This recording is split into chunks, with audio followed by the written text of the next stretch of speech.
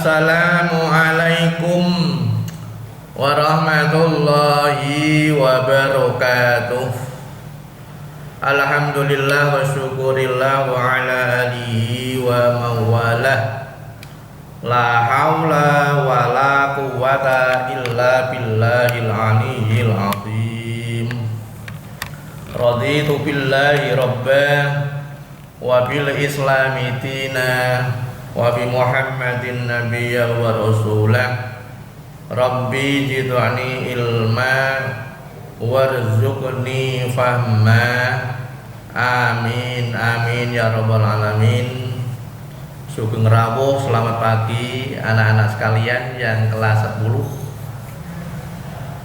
Mudah-mudahan di pagi hari ini kita sekalian diberkahi oleh Allah Subhanahu wa taala suatu kenikmatan yang sangat luar biasa, yaitu nikmat sehat wal afiat.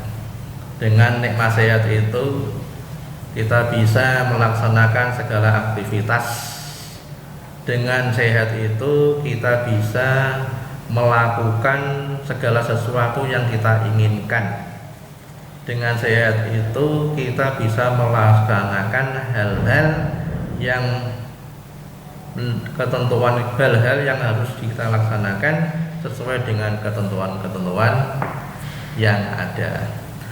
Anak-anak sekalian, untuk materi pagi hari ini adalah pendidikan Pancasila dan kewarganegaraan.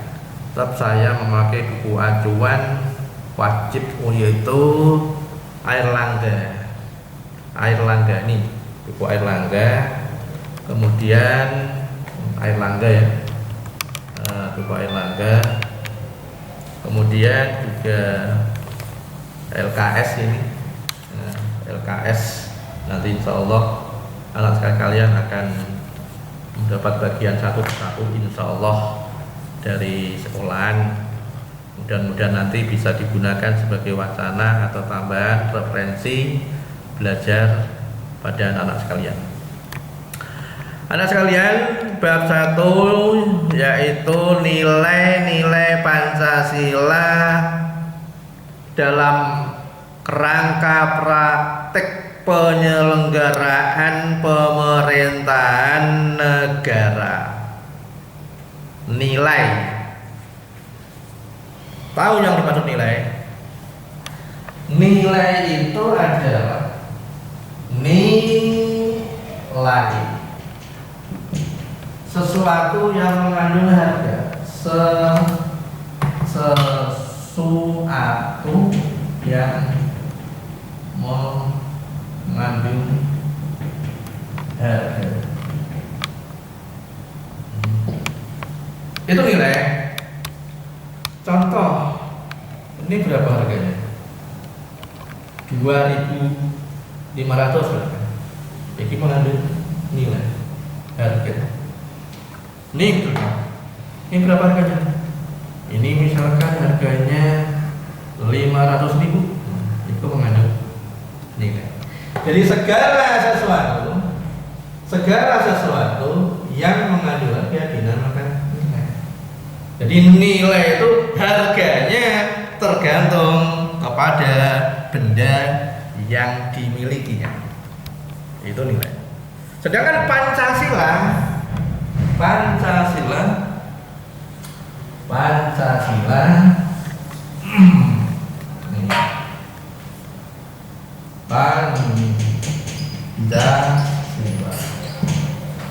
Panca yang berarti itu 5, sila itu yang berarti dasar atau urutan. Nah, panca yang berarti 5 berarti 5, sila yang berarti dasar atau urutan. Misal yang pertama, sila yang pertama adalah ketuhanan yang Maha Esa. Kemudian yang kedua adalah kemanusiaan yang adil dan beradab. Yang ketiga, persatuan Indonesia. Yang keempat adalah kerakyatan yang dipimpin oleh hikmah, kebijaksanaan dalam permusyawaratan perwakilan. Dan yang kelima, keadilan sosial bagi seluruh rakyat Indonesia. Sila-sila dari Pancasila, satu, sila yang pertama, yang kedua, yang ketiga, dan yang keempat, serta yang kelima. Ketuhanan yang merupakan kausa prima,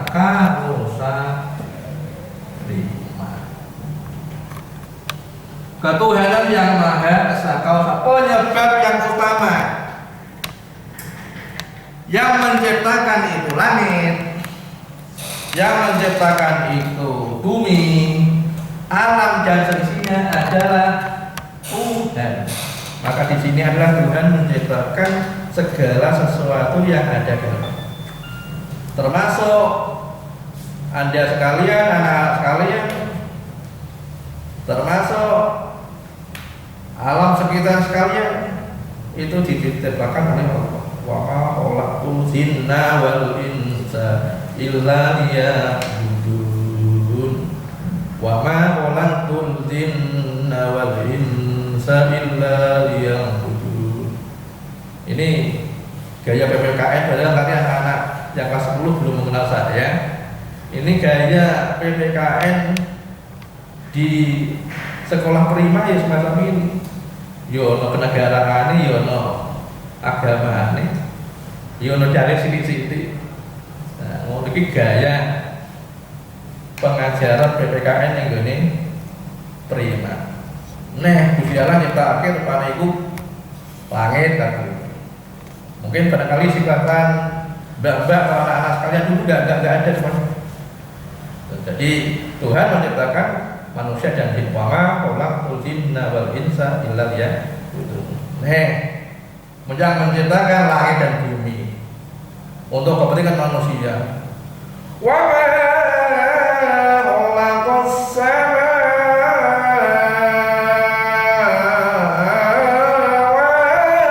wal ardh. Gaya PPKN ini sekolah prim yang guyu ini luas sama lain gitu ya. Wa ma khalaqas samawati wal ardh. Jadi Tuhan menciptakan iku rupane langit bumi untuk kepentingan manusia. Lah bumi itu mau digali apa saja tergantung profesi manusia masing-masing. Silahkan yang ahli pembuatan bata, jadikan lemah itu, bumi itu bata. Ada yang profesinya buat genteng, silahkan buat genteng. Mungkin barangkali ada yang gunung-gunung itu waculi kabeh kanggo nandur telo, kanggo nandur bonggol gedang, aja nandur gedang kok mau tandur, gedang ya dimakan, bonggol ya ditandur, nek wah panik gedang ya dimakan, biar sehat, lebuni ben sregep, amin Allahumma amin. Jadi aman ini Mbak, Mas, supaya pakaian iku dagare mokane ana rupane sinar matahari. Ben apa? Ben kelambi-kelambi niku ndang cepat-cepat garing. Aja kok kelambi seminggu, 3 dina dienggo mbah apa dienggo terus. Malah kudu olak-alik barang tidak ya lucu. Katok kok olak-alik. Atau sing merek ning jero 2 dina, sing ning jogo merek sedina 3 dina. Hari ini ben ngene niku nemen niku kena pandemi corona malah bahaya gitu. Itu contohnya gitu. Kemudian sistem saya lanjutkan dari bab tadi ya, nilai Pancasila, nilai dan Pancasila sendiri. Ada nilai, ada Pancasila sendiri. Jadi Panca 5, sila dasar atau urutan. Kemudian sila pertama disebut kausa prima sebagai penyebab yang utama. Kausa prima penyebab yang utama. Maaf, satu tukang dokter ya. Lan dialek. Ini sebutnya tidak dibilang dua jalan. Terus sila yang pertama ketuhanan yang maha esa, ketuhanan yang maha esa menjiwai sila yang kedua kemanusiaan.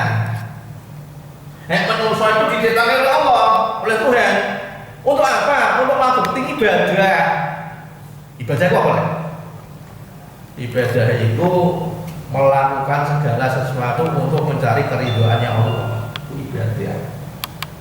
Lah kowe ngaku sebagai wong Islam ya salate sing rajin, terus posone ya sing rajin. Lah kira-kira itu jangan beli utang poso apa ora didinane itu lho. Mbak, Mas. Dan duwe ku yo ndang dibayar. Nah kira-kira 7 dina yo ndang dibayar. Lah mas-mas iki biasane iku malah kadang-kadang yo poso yo duget. Iya, aku malah ngerasakno aku yo boh kadang dulu. Jadi insyaallah mbak-mbak, mas-mas wong saiki masuk ning gone prima yang tercinta yo tak dongakno muga-muga dadi apik kabeh, salehah kabeh. Amin Allahumma amin. Kemudian yang sila yang kedua menjiwai sila yang ketiga persatuan Indonesia. Nek ngumpul bersatu rukun iku ya apik, bersatu kita teguh, bersatu kita teguh, bercerai kita runtuh. Ora cah saiki. Bersatu kita teguh, bercerai kawin lagi sembarang lagi masuk itu. Wis ngajari wis apa ngene. Bersatu kita teguh bercerai kali lagi. Jadi sing golek yo ning kamus bab pira? Oh, aku cah saiki. Beda kalau dhisik-dhisik jaya semangat itu beda dua. Ya sembung bapak ya, bapak dan bagus semua. Kemudian yang keempat, kerakyatan yang dipimpin oleh hikmah dijiwai. Jadi tiga sila yang ketiga ini menjiwai sila yang keempat. Sila yang ketiga menjiwai sila yang keempat. Sila yang keempat menjiwai sila yang kelima. Keadilan sosial bagi seluruh rakyat Indonesia terus mubeng langsung seperti mata rantai. Itu sekelumit daripada tadi itu Pancasila, panca yang berarti 5, sila yang berarti dasar atau ruang, sila yang pertama ketuhanan yang maha esa, Tuhan, ketuhanan yang maha esa sebagai kausa prima atau penyebab yang paling utama. Tuhan itu menciptakan segala sesuatu sesuai dengan kehendaknya. Kun fayakun, itu sifatnya Tuhan. Kemudian sistem pembagian kekuasaan negara Republik Indonesia, pokok bahasan. Dan artinya ada pokok bahasanya macam-macam kekuasaan. Jadi yang A, sistem pembagian kekuasaan negara Republik Indonesia. Yang pertama, macam-macam kekuasaan. Kekuasaan dapat diartikan, silakan anak-anak ini bisa menulis, bisa nulis, cepatkan bukunya, pensilnya disiapkan. Kekuasaan dapat diartikan kemampuan seseorang untuk mempengaruhi orang lain supaya melakukan tindakan-tindakan yang dikehendaki atau diperintahkan.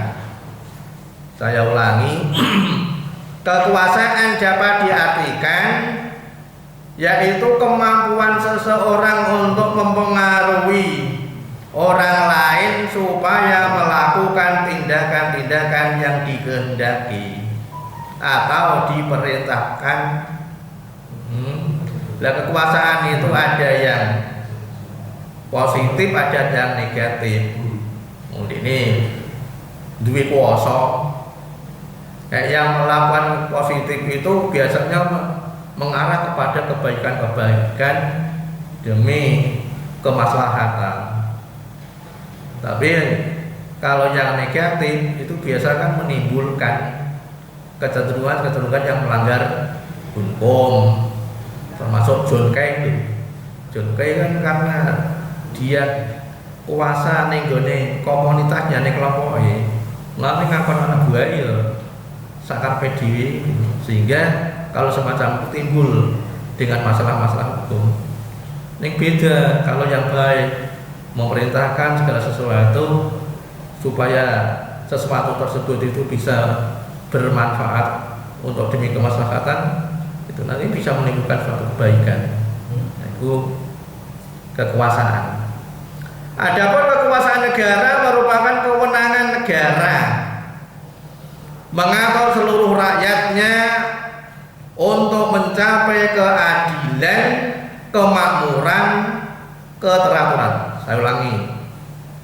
Adapun kekuasaan negara itu merupakan kewenangan negara mengatur seluruh rakyatnya untuk mencapai keadilan, kemakmuran, dan keteraturan.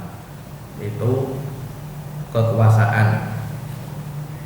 Kemudian tujuan negara RI, apa yang akan dihendak dicapai negara Republik Indonesia dalam rangka untuk mensejahterakan rakyat atau dalam rangka untuk mencapai tujuan yang dikehendaki sesuai dengan Undang-Undang Dasar Republik Indonesia, sesuai dengan pembukaan Undang-Undang Dasar Negara Republik Indonesia.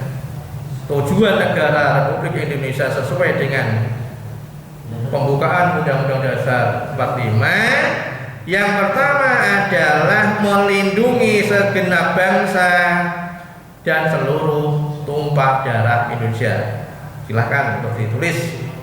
Jadi tujuan negara Republik Indonesia yang termaktub di dalam pembukaan Undang-Undang Dasar 45 adalah yang pertama melindungi segenap bangsa dan seluruh tumpah darah Indonesia. Yang kedua, memajukan kesejahteraan umum. Yang ketiga, mencerdaskan kehidupan bangsa. Yang keempat, ikut melaksanakan ketertiban dunia yang berdasarkan kemerdekaan, perdamaian abadi, dan keadilan sosial. Itu tujuan negara Republik Indonesia dalam pembukaan Undang-Undang Dasar. Dan dengan demikian, untuk melindungi segenap bangsa dan seluruh tumpah darah Indonesia itu adalah merupakan kewajiban seluruh warga negara Indonesia. Tidak ada yang namanya suatu negara itu, suatu pemerintahan itu kok wilayahnya, kedaulatannya dikuasai oleh negara lain, itu tidak ada. Kemarin saja itu ada kapal yang ada di Natuna ya, kapal dari pihak luar membawa sampah itu yang ditempatkan dulu biar dilacak oleh marinir Indonesia. Atau negara atau pulau bagian ya, pulau-pulau yang lain yang kecil itu yang ingin dikuasai oleh negara lain. Tetap negara di sini akan menjamin untuk melindungi segenap rakyatnya, segenap komponennya di daerah baik di daerah yang ada di tempat yang terpencil. Memajukan kesejahteraan umum. Di mana sih seorang itu nggak kepingin untuk mencapai suatu kehendak yang dihindari, semuanya kan ingin. Tapi kadang-kala itu karena manusia itu mempunyai titah ya, bagian sendiri. Ada yang dititahkan untuk semacam ini, ada yang dititahkan untuk ini, jadi nggak sama. Tapi tujuannya itu semestinya kode. Siapa sih nggak kepingin untuk mendapatkan sesuatu yang dikehendaki, yang dicapai? Tapi kan ada prosesnya, itu kan gitu. Terus mencerdaskan kehidupan bangsa, maka pasal yang 31 itu setiap warga negara berhak mendapat pendidikan dan pengajaran yang layak. Jadi sekarang sudah ada yang namanya PAUD, sudah adanya pendidikan dasar 6 tahun, kemudian sampai kepada pokoknya banyak sekali itu begitu. Jadi semua diupayakan jadi supaya rakyat generasi muda nanti bisa lebih maju, bisa lebih cerdas untuk menyongsong era yang akan datang. Makanya anak-anak sekalian, saya minta yang rajin sekolah, yang rajin untuk menuntut ilmu, yang rajin untuk belajar. Karena saya katakan kemarin itu diantaranya cobaan-cobaan orang mencari ilmu itu kan banyak sekali. Jatuh nggak kerasan, kedua penyakitan budikan itu loh, kulino neomah, kulino sembarang dengan dicepai waktu ini pondok itu orang itu mau kerasan angkat koper, itu kan gitu. Itu termasuk usianya menggolek ilmu. Jadi di pondok itu memang dituntut untuk kemandirian. Mandiri, kita harus bertanggung jawab kepada pribadinya. Sing ning omah iku kulino dikumbahno, jajan semua pak barang dengan di pondok ya kudune ya iso prihatin. Itu ning kene kok dene mondok, beda karo ning omah. Cah neman yo ngono wae. Ya kudu sing apik, ora kertas yang barang dengan dicepaki kabeh. Terus ikut melaksanakan ketertiban dunia yang berdasarkan kemerdekaan, perdamaian abadi dan sosial. Termasuk kemarin itu ya ada pasukan Indonesia yang tewas itu dalam rangka menjaga perdamaian dunia yang ada di Timur Tengah, di Lebanon itu. Ada yang meninggal dunia karena tertembak oleh pasukan Israel atau mana itu. Di situ ada garis hijau kan, ada garis hijau, garis yang netral, garis hijau garis netral, garis di mana daerah itu tadi hijau itu daerah yang diperebutkan oleh Lebanon atau Israel. Semua tentara Israel ditarik kira-kira berapa 5 kilo dari zona hijau tadi, dan Lebanon pun gitu tarik 500 meter atau dari zona tersebut 5 kilo ya, 5 kilo dari zona tersebut, sehingga posisi daerah hijau itu daerah netral. Daerah yang netral, daerah yang non-blok, tidak itu Israel, tidak itu Lebanon, ataupun juga di sepanjang Korea. Korea itu ada di daerah yang namanya daerah Panmunjom, itu kan daerah perebutan untuk Korea Selatan dan Korea Utara. Jadi masing-masing tentara Korea yang ditarik 5 kilo, misalkan saja ini, dan Korea yang Selatan juga, yang utara 5 kilo, yang selatan juga 5 kilo. Jadi yang tengah-tengah itulah yang namanya zona hijau, zona yang netral. Tidak boleh kedua belah pihak saling melewati daerah hijau tersebut. Kemudian yang berikutnya yang terkait dengan masalah kekuasaan. Terkait dengan masalah kekuasaan. Menurut kekuasaan negara, lanjut, kekuasaan negara.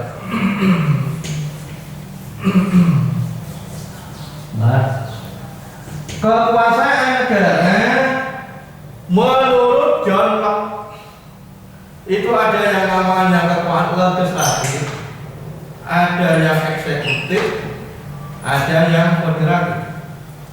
Tapi kalau menurut Montesquieu ada yang legislatif, ada yang eksekutif, ada yang legislatif. Ya, poin yang ketiga ini yang membedakan. Kalau John Locke itu yang poin yang ketiga federatif, tapi kalau Montesquieu itu poin yang ketiga adalah yudikatif. Ini yang dikenal dengan trias politika. Legislatif DPR, eksekutif presiden, federatif hubungan hubungan luar negeri, hubungan luar negeri,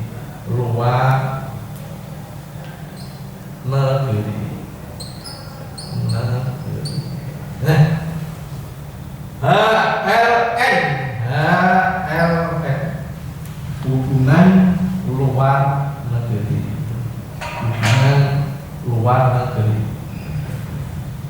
Jadi itu menurut Jenderal DPR ini sebagai pembuat undang-undang PUU. Kalau yang presiden ini adalah MUU, melaksanakan undang-undang. Kalau legislatif DPR adalah pembuat undang-undang, kalau eksekutif pelaksana undang-undang, kalau legislatif adalah melakukan hubungan luar negeri. Kemudian kalau yang menurut Montesquieu, legislatifnya ini adalah pembuat undang-undang sama pelaksana undang-undang, Yudikatif adalah yang mengadili, Ini termasuk NKKI.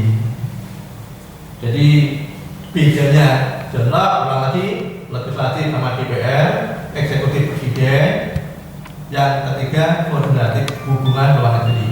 Jadi bedanya antara Moskow dan Yudikatif terletak di poin yang ketiga. Paham ya? Itu di antaranya pemisahan, ada yang namanya pemisahan kekuasaan, ada yang namanya pembagian kekuasaan. Jadi kalau menurut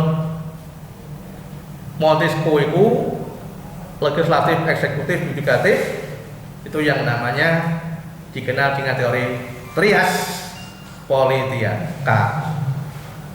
Konsep pembagian kekuasaan di Indonesia untuk hal ini untuk menghindari adanya pemusatan kekuasaan pada salah satu pihak. Silakan dicatat, ditulis. Konsep pembagian kekuasaan di Indonesia untuk menghindari adanya pemusatan kekuasaan pada salah satu pihak, maka diperlukan pembagian atau pemisahan kekuasaan. Konsep pembagian kekuasaan di Indonesia untuk menghindari adanya pemusatan kekuasaan pada salah satu pihak, maka diperlukan pembagian atau pemisahan kekuasaan. Itu menurut Kusnadi dan Ibrahim. Sedangkan pemisahan kekuasaan berarti, saya ulangi lagi, pemisahan kekuasaan berarti kekuasaan negara dibagi dalam beberapa bagian, baik mengenai organ-organnya atau organisasinya atau fungsi-fungsinya, meliputi kekuasaan legislatif, eksekutif, yudikatif, terpisah satu dengan lain, tidak ada koordinasi dan berdiri sendiri-sendiri satu dengan yang lain, tidak ada koordinasi. Itu menurut Kusnadi dan Ibrahim. Ingat ya, itu menurut Kusnadi dan Ibrahim. Jadi legislatif, eksekutif, yudikatif itu tidak ada koordinasi orang kerjasama satu dengan yang lain. Adapun pembagian kekuasaan itu adalah kekuasaan negara dibagi-bagi dalam beberapa bagian, baik itu legislatif, eksekutif maupun yudikatif, tetapi tidak dipisahkan, ada koordinasi. Legislatif ada koordinasi sama eksekutif, eksekutif koordinasi ya dengan yudikatif. Jadi kalau menurut Kusnadi dan Ibrahim orang no antara siji dan siji neko saling bekerja sama, nggak ada koordinasi, berdiri sendiri, ngadep dewi-dewi.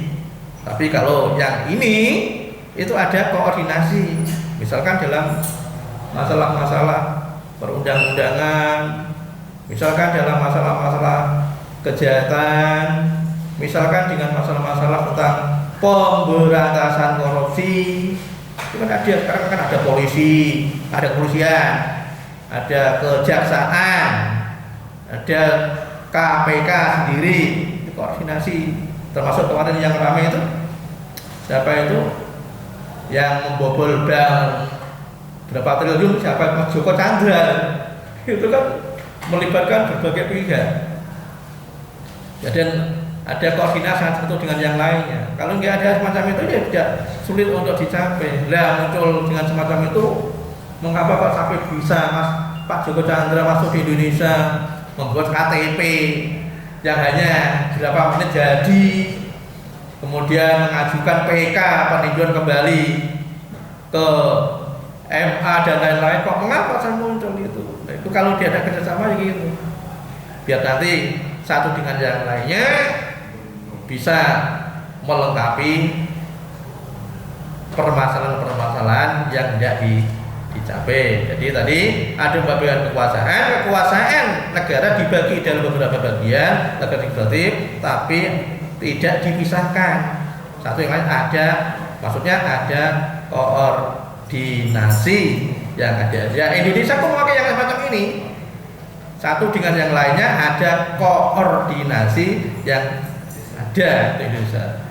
Oleh karena itu, dalam konsep pembagian kekuasaan di Indonesia yang diatur dalam Undang-Undang Dasar Negara Republik Indonesia, menerapkan pembagian kekuasaan, ada yang sifatnya horizontal, ada yang sifatnya vertikal. Ini kita bahas sedikit yang kaitannya dengan horizontal menurut fungsinya legislatif, eksekutif, dan yudikatif. Pada umumnya klasifikasi ini kekuasaan negara yang dulunya terdiri dari legislatif, eksekutif, yudikatif, setelah mengalami